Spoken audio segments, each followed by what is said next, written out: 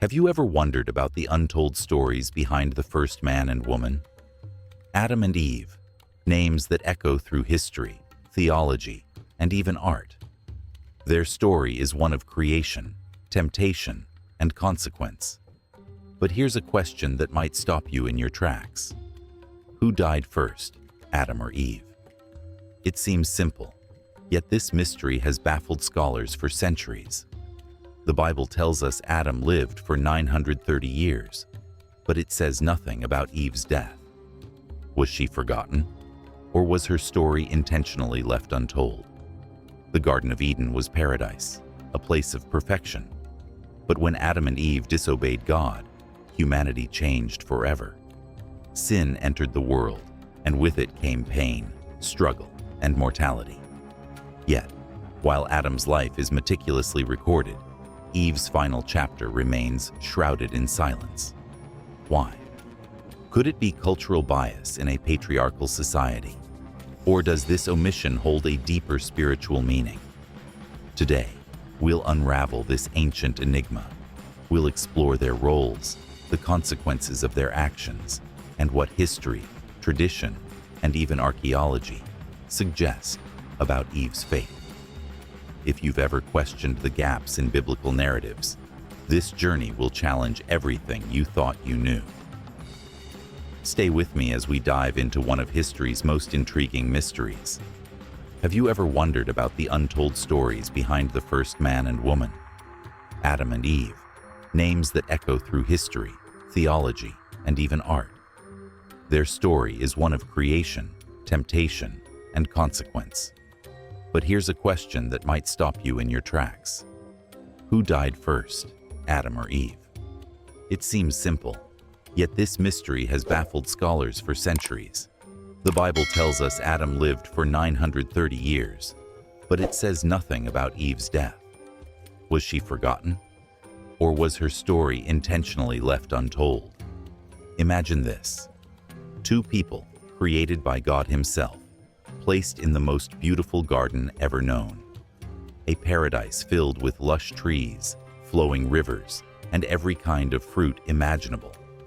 They had one rule: to avoid eating from the tree of the knowledge of good and evil. One simple command. Yet, they broke it. And in doing so, they altered not only their own lives, but the destiny of all humanity. Sin entered the world, bringing pain, struggle, and mortality.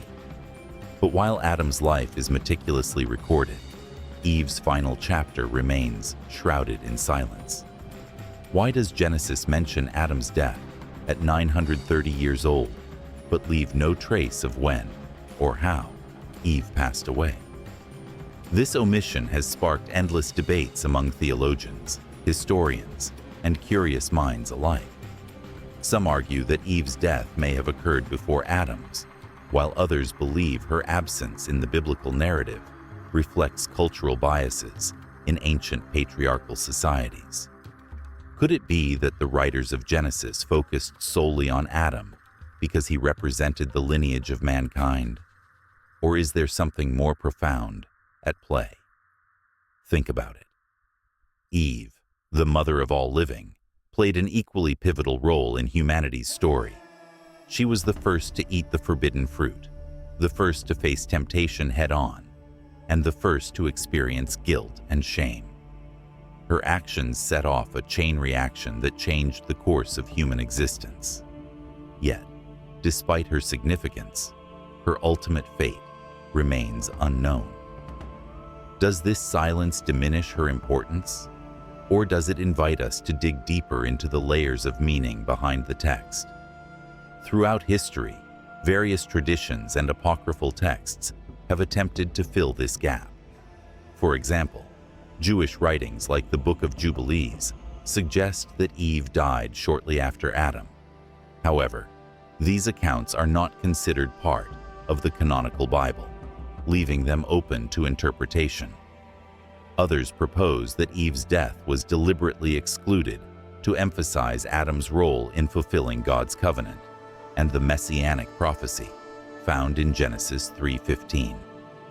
Still, questions linger. Why would such a critical figure, the very partner who stood beside Adam, be omitted from the record of her own mortality? The implications of this mystery extend far beyond mere curiosity. It challenges us to reflect on the nature of storytelling, memory, and legacy. In a world where men often dominated historical narratives, could Eve's silence symbolize the countless women whose contributions were overlooked or erased? Or does it point to a divine design, encouraging us to focus less on individual endings and more on the collective journey of humanity? As we explore this enigma further, consider what it means for a story to remain unfinished.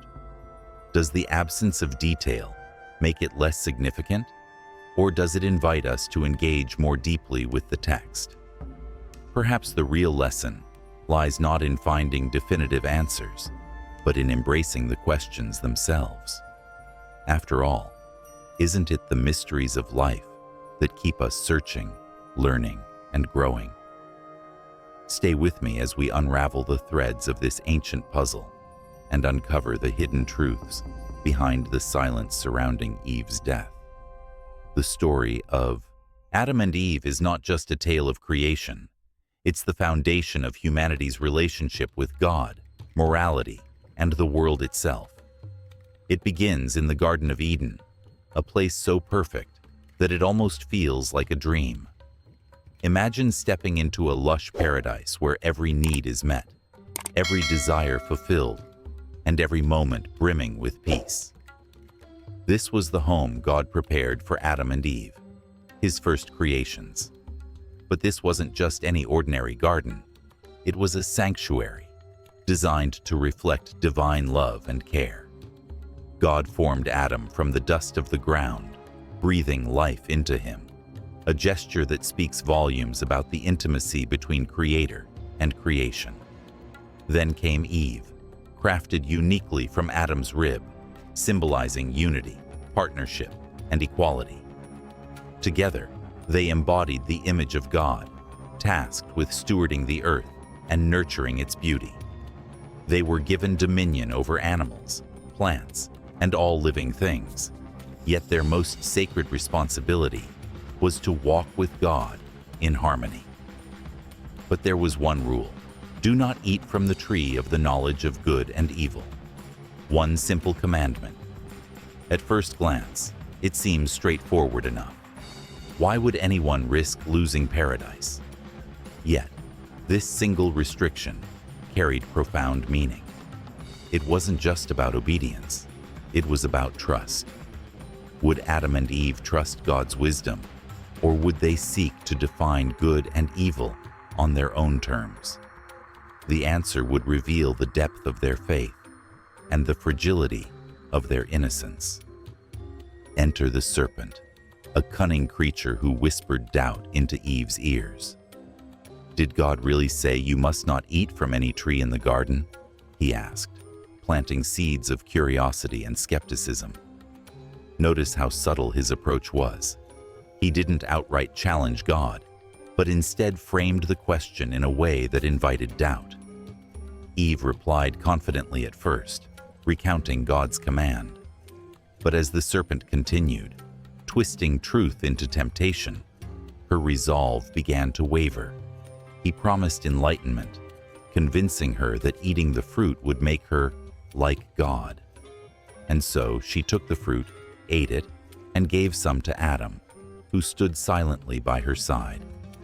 In that moment, everything changed.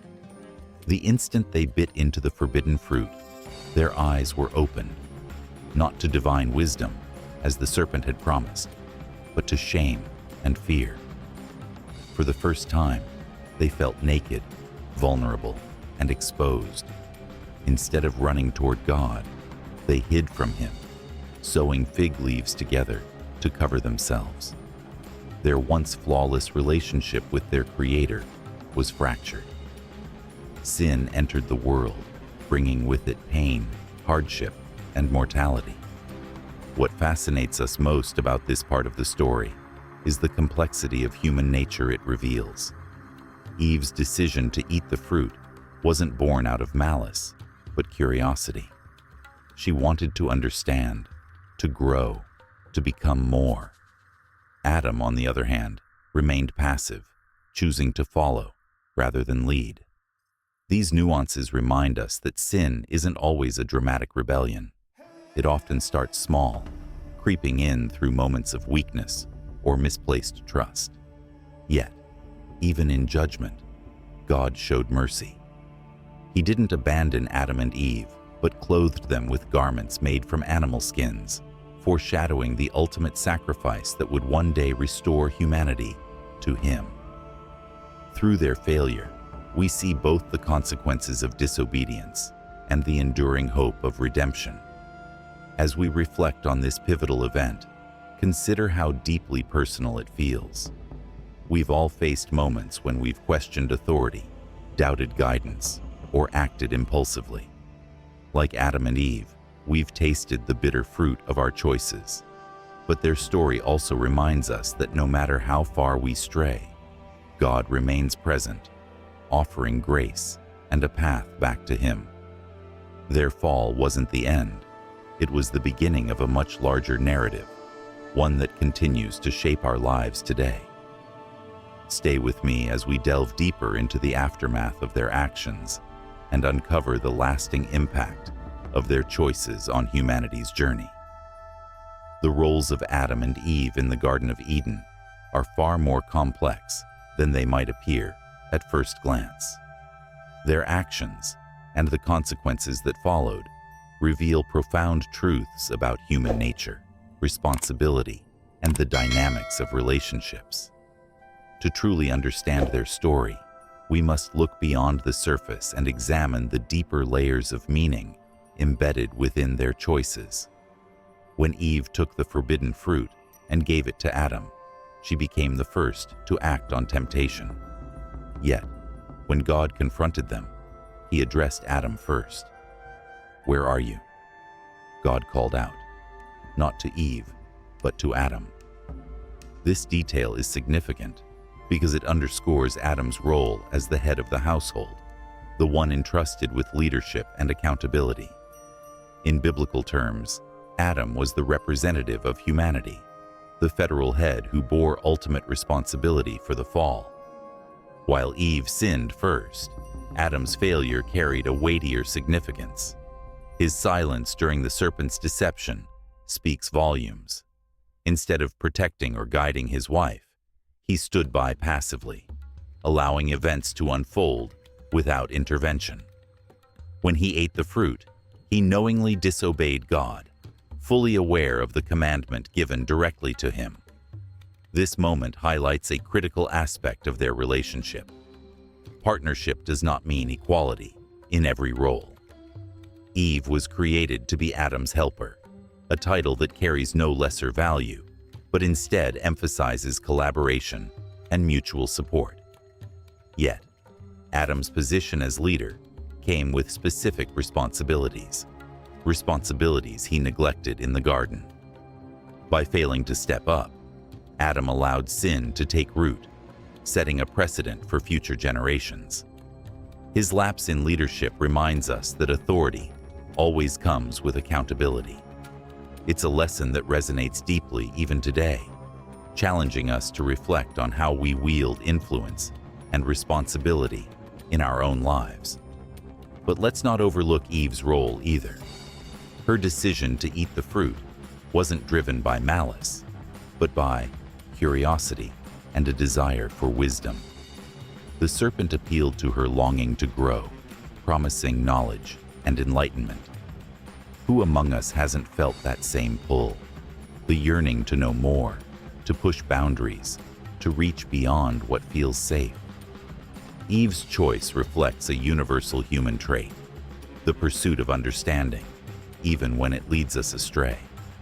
Her vulnerability reminds us that temptation often disguises itself as opportunity, luring us with promises too enticing to resist.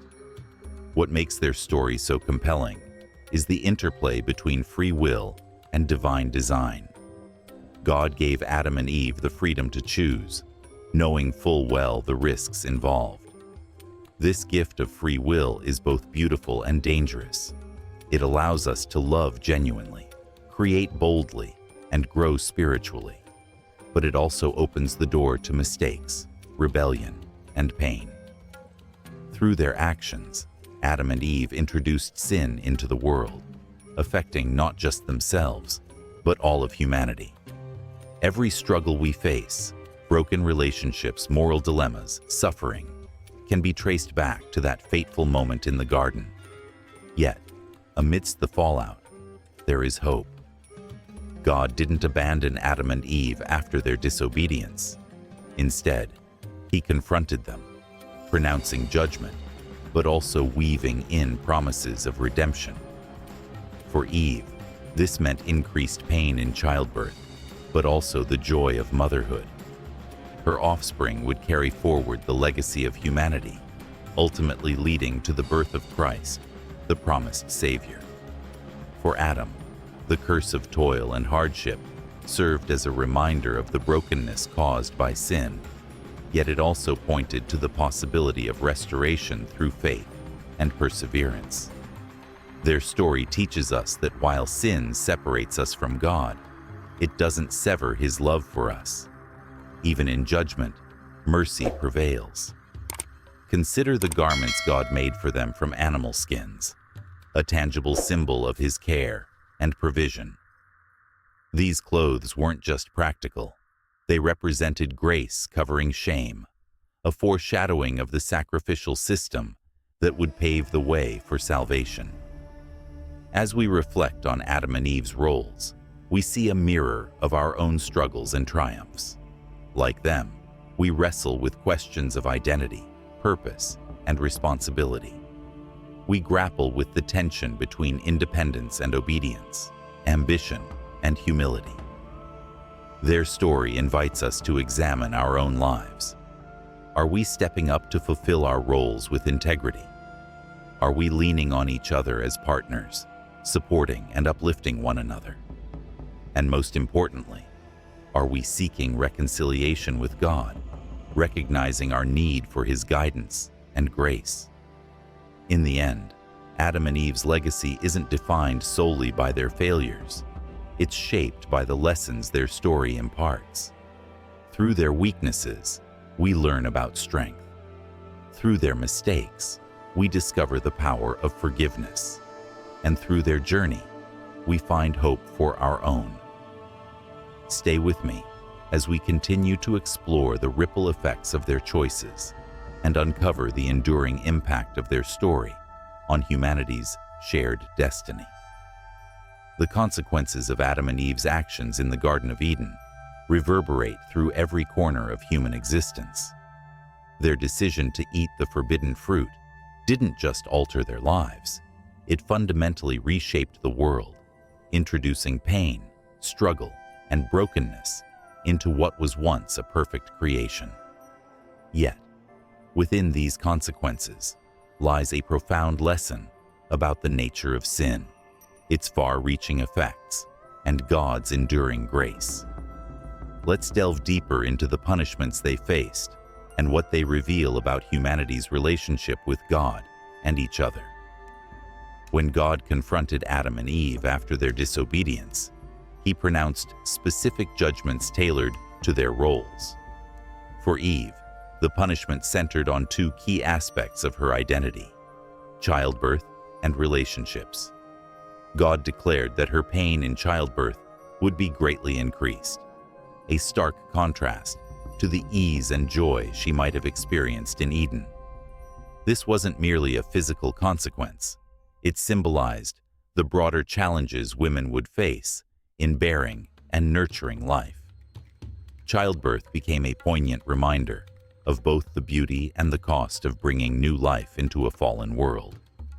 But alongside this came another layer of judgment: tension in her relationship with Adam. God said, "Your desire will be for your husband, and he will rule over you." This statement has sparked endless debate among scholars, but at its core, it points to a shift in dynamics. What was once a partnership of equals now carried an imbalance, with power struggles and misunderstandings becoming part of marital relationships. These consequences weren't arbitrary. They reflected how sin distorts even the most sacred bonds. For Adam, the judgment focused on his role as provider and caretaker of the earth. God told him, "Cursed is the ground because of you. Through painful toil, you will eat food from it all the days of your life." No longer would the earth yield its bounty effortlessly. Thorns and thistles would grow, requiring backbreaking labor to cultivate crops. This curse wasn't just about agriculture. It represented the futility and frustration that accompany human effort in a broken world. Every time Adam worked the soil, he would be reminded of his rebellion against God and the resulting separation from his divine provision. The sweat of his brow became a symbol of humanity's struggle to survive in a world marred by sin. These punishments were deeply personal, yet they also carried universal implications. They weren't isolated to Adam and Eve alone. They set the stage for the human condition. Pain in childbirth, relational conflict, and the toil of work are experiences we all share, regardless of culture, geography, or era. Through these judgments, God revealed the pervasive reach of sin. It doesn't just affect individuals, it corrupts systems, relationships, and environments. The harmony that once existed between humanity and nature was shattered, leaving behind a legacy of discord and hardship. But here's where the story takes a turn toward hope. Even in judgment, God embedded seeds of redemption. The increased pain in childbirth serves as a metaphor for suffering that leads to new life, not just physically, but spiritually. Every child born reminds us of God's promise to restore and renew. Similarly, the curse on the ground points to humanity's need for perseverance and resilience. While work may be difficult, it also carries purpose and dignity. It connects us to the earth and to each other, reminding us of our responsibility to care for creation despite its imperfections. Perhaps the most striking aspect of these consequences is how they highlight humanity's dependence on God. In Eden, Adam and Eve enjoyed unbroken fellowship with Him. After the fall, that intimacy was fractured, replaced by shame, fear, and distance. Yet, God didn't leave them alone. He clothed them with garments of animal skins, a powerful act of provision and protection. This gesture foreshadowed the ultimate sacrifice of Christ, whose death would cover humanity's sin and restore the relationship lost in the garden. As we reflect on these consequences, we see a reflection of our own struggles. We live in a world shaped by the fallout of Adam and Eve's choices. Pain, conflict, and toil are woven into the fabric of our daily lives.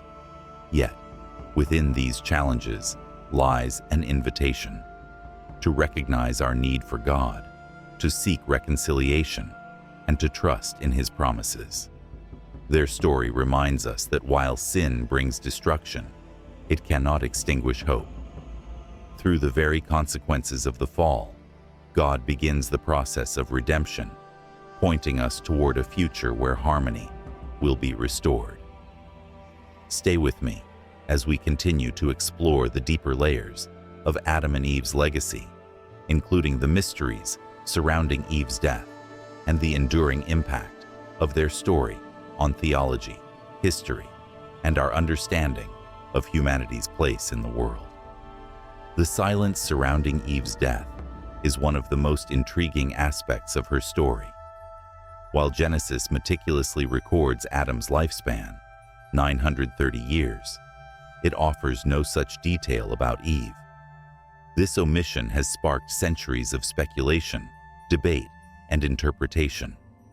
Why would the Bible, which so often emphasizes genealogies and lifespans, leave out such a critical piece of information? Was Eve's death simply overlooked, Or does her absence in the narrative carry a deeper significance? To understand this mystery, we must consider the context in which the biblical text was written. Ancient societies were deeply patriarchal, with men holding positions of authority and prominence. Historical records often prioritized male figures, focusing on their achievements, lineage, and contributions to society. In this cultural framework, it's possible that Eve's death was deemed less significant because she wasn't seen as a central figure in the continuation of humanity's genealogical record. Adam, as the first man and the head of the family, represented the line through which God's covenant promises would flow. His death marked the end of an era, while Eve's role was more symbolic, tied to her identity as the mother of all living. Her legacy lived on through her children and descendants, but perhaps her individual story faded into the background. Yet, this explanation raises important questions. Eve wasn't just any woman. She was the first woman, created by God Himself to be Adam's partner and helper. Together, they formed the foundation of humanity. If anyone deserved recognition for their role in shaping the course of human history, it was Eve. Her decision to eat the forbidden fruit set off a chain reaction that changed the world forever. To erase her from the narrative feels incomplete, almost dismissive. Could it be that her silence speaks louder than words, inviting us to reflect on themes of invisibility, legacy, and the ways women are remembered or forgotten in history?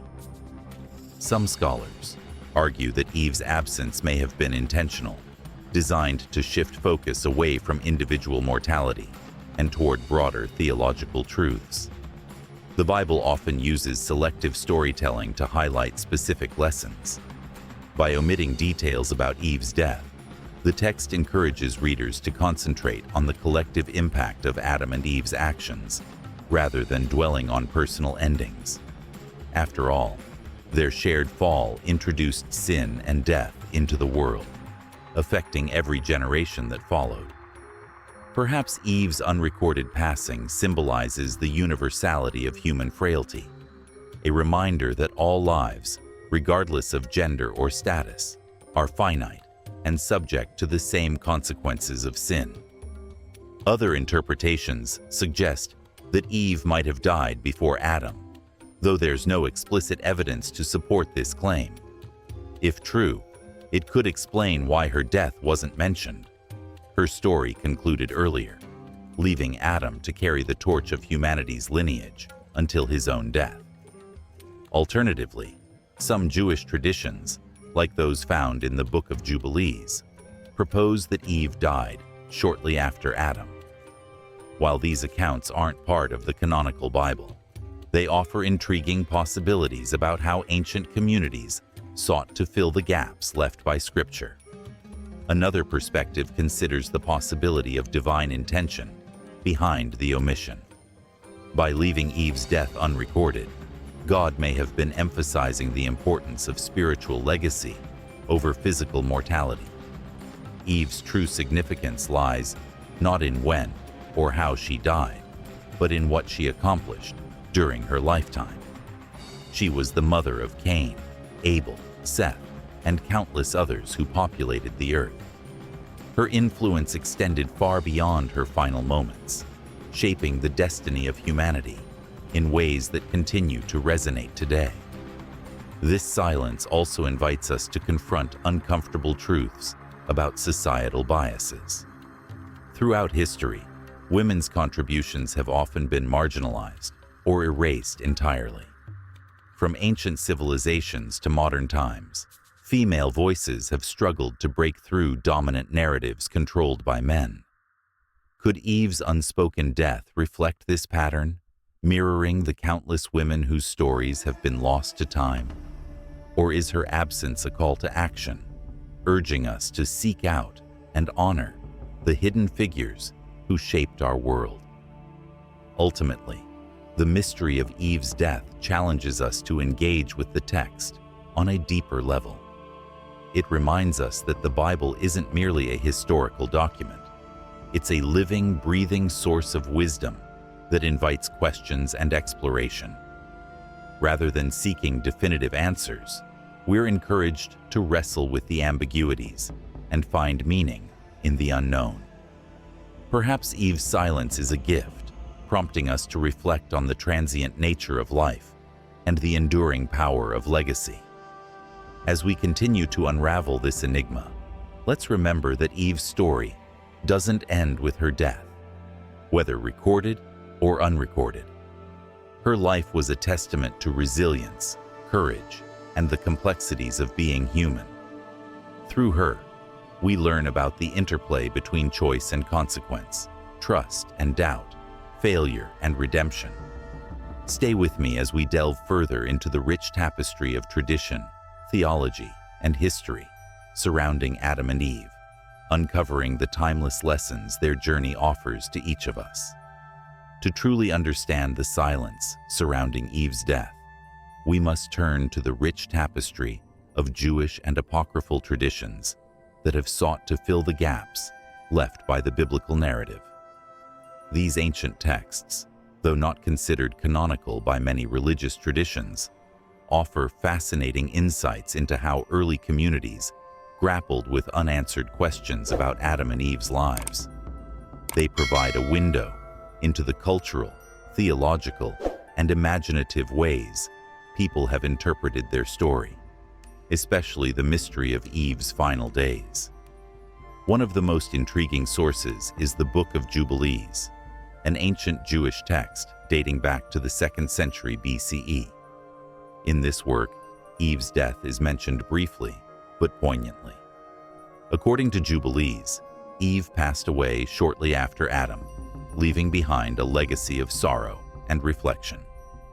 The text suggests that her death occurred within the same year as Adam's, implying a deep connection between their fates. This interpretation aligns with the idea that Adam and Eve were inseparable partners, bound together not only in life, but also in death. Their shared mortality serves as a reminder of the unity they once had in Eden, a unity fractured by sin, but never fully broken. Another source worth exploring is The Life of Adam and Eve, a pseudepigraphal work that expands on their post-Eden journey. This text delves into the emotional and spiritual struggles they faced after being expelled from paradise. It portrays Eve as a woman burdened by guilt, yet determined to seek redemption. In one poignant scene, she implores God for forgiveness, acknowledging her role in humanity's fall. Her prayers are filled with humility and hope, reflecting a desire to reconcile with the Creator she had once walked beside so intimately. The life of Adam and Eve paints her as a figure of resilience, someone who wrestled with her mistakes, but never stopped striving for grace. Though it doesn't explicitly detail her death, the text implies that she lived long enough to witness the birth of Seth, the son who would carry forward the promise of restoration. These traditions highlight another critical theme: Eve's enduring influence as the mother of all living. Even in texts outside the canonical Bible, her maternal role takes center stage. She is depicted not just as the first woman, but as the progenitor of humanity, whose actions shaped the destiny of countless generations. Her death, whether recorded or implied, symbolizes the end of an era, but also the beginning of a new chapter. Through her children, particularly Seth, the line of faith and covenant continued, pointing toward the eventual fulfillment of God's redemptive plan. Interestingly, these apocryphal writings often emphasize Eve's humanity, portraying her as a complex character capable of both error and devotion. Unlike the terse account in Genesis, these texts explore her emotions, regrets, and aspirations. For example, some versions describe her lamenting the loss of Eden and longing for reconciliation with God. Others depict her teaching her children about morality and faith, passing down lessons learned through hardship. These portrayals remind us that Eve was more than just a participant in humanity's fall. She was a teacher, a mother, and a seeker of truth. The inclusion of such details in non-canonical texts raises important questions about why the Bible itself remains silent on Eve's death. One possibility is that the biblical authors chose to focus on themes of lineage and covenant rather than individual biographies. Adam's lifespan is recorded because he represents the starting point of humanity's genealogical record, tying directly to the messianic prophecy in Genesis 3:15. Eve, while equally vital, plays a supporting role in this narrative. Her absence underscores the broader theological emphasis on Adam as the federal head of humanity, responsible for transmitting both sin and the hope of salvation. Yet, the apocryphal accounts challenge us to see beyond this framework. They invite us to imagine Eve not just as a secondary figure, but as a central player in humanity's story. Her unrecorded death may reflect historical biases, but it also leaves room for interpretation and imagination. What might her final moments have been like? Did she find peace, knowing her descendants would carry forward God's promises? Or did she die still wrestling with the weight of her choices? Ultimately, these traditions enrich our understanding of Adam and Eve's legacy. They remind us that Scripture isn't meant to answer every question. It's designed to spark curiosity, reflection, and dialogue. By engaging with Jewish and apocryphal writings, we gain a fuller picture of Eve's significance and the timeless truths embedded in her story. Stay with me as we explore further dimensions of this enigmatic tale, uncovering how history, archaeology, and theology intersect to shed light on one of humanity's oldest mysteries. To fully grasp the silence surrounding Eve's death, we must step outside the pages of Scripture and into the world of ancient Mesopotamian burial practices. These customs, deeply rooted in gender roles and societal hierarchies, offer a fascinating lens through which to view the biblical narrative. The omission of Eve's death may not be an oversight, but rather a reflection of how women were commemorated or overlooked in historical records. By examining archaeological evidence and cultural traditions, we uncover a broader context that sheds light on this enduring mystery. In ancient Mesopotamia, burial practices were far from egalitarian. Men, especially those of high status or lineage, were often given elaborate tombs and inscriptions detailing their achievements, ancestry, and contributions to society. Women, on the other hand, rarely received the same level of recognition. Their roles as wives, mothers, or daughters were acknowledged, but their individual identities were often subsumed under their male counterparts. This pattern of gender bias is evident in countless archaeological findings, where men's graves are adorned with weapons, jewelry, and symbols of power, while women's graves contain simpler offerings, if any at all. Could it be that the biblical silence on Eve's death mirrors this patriarchal tendency to prioritize men's stories over women's?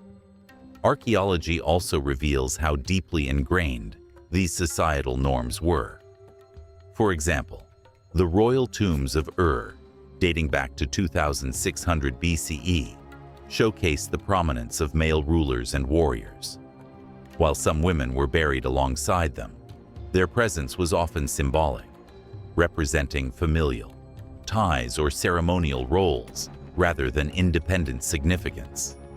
Even in cases where women held positions of authority, such as priestesses or queens, their legacies were frequently overshadowed by their connection to male figures. This cultural backdrop provides a plausible explanation for why Eve's death might have been omitted from Genesis. Her story, though pivotal, was secondary to Adam's role as the patriarchal head of humanity. Yet, this interpretation invites us to consider a deeper question.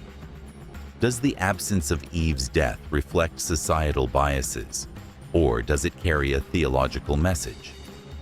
Ancient Near Eastern cultures often viewed death as a transition rather than an endpoint. Burials were designed to honor the deceased while ensuring their safe passage to the afterlife. However, the Bible takes a different approach, focusing less on physical remains and more on spiritual legacy. Eve's unrecorded passing may symbolize the universality of human mortality, a reminder that all lives, regardless of gender or status, share the same fate. Her silence becomes a powerful metaphor for the transient nature of earthly existence and the eternal hope of redemption. Moreover, archaeology helps us understand the practical realities of life in the ancient world. Survival depended on cooperation between genders, yet societal structures often elevated men above women. This tension is reflected in the biblical narrative, where Adam's leadership is emphasized, despite Eve's equal participation in humanity's fall. The omission of Eve's death could stem from a desire to streamline the story, focusing on Adam as the representative of humanity's covenantal relationship with God. But it also challenges modern readers to confront the ways history has marginalized women's voices. How many Eves have been forgotten throughout time, their contributions erased by the very societies they helped build? The parallels between ancient burial practices and the biblical account don't stop there. Consider the symbolism of burial itself. In many cultures, the act of laying someone to rest carried profound meaning. It was a way to honor the dead, preserve memory, and maintain social order. For Adam, whose death is recorded, his burial likely represented continuity. He was the first man, the starting point of humanity's genealogical record. His tomb would have served as a tangible link to the past, grounding future generations in their shared origin. But what of Eve? If her burial was less elaborate or entirely unmarked, it might explain why her death went unrecorded. Perhaps her legacy wasn't tied to a physical grave, but to the living descendants who carried her imprint. This perspective also invites us to reimagine Eve's role beyond the confines of history.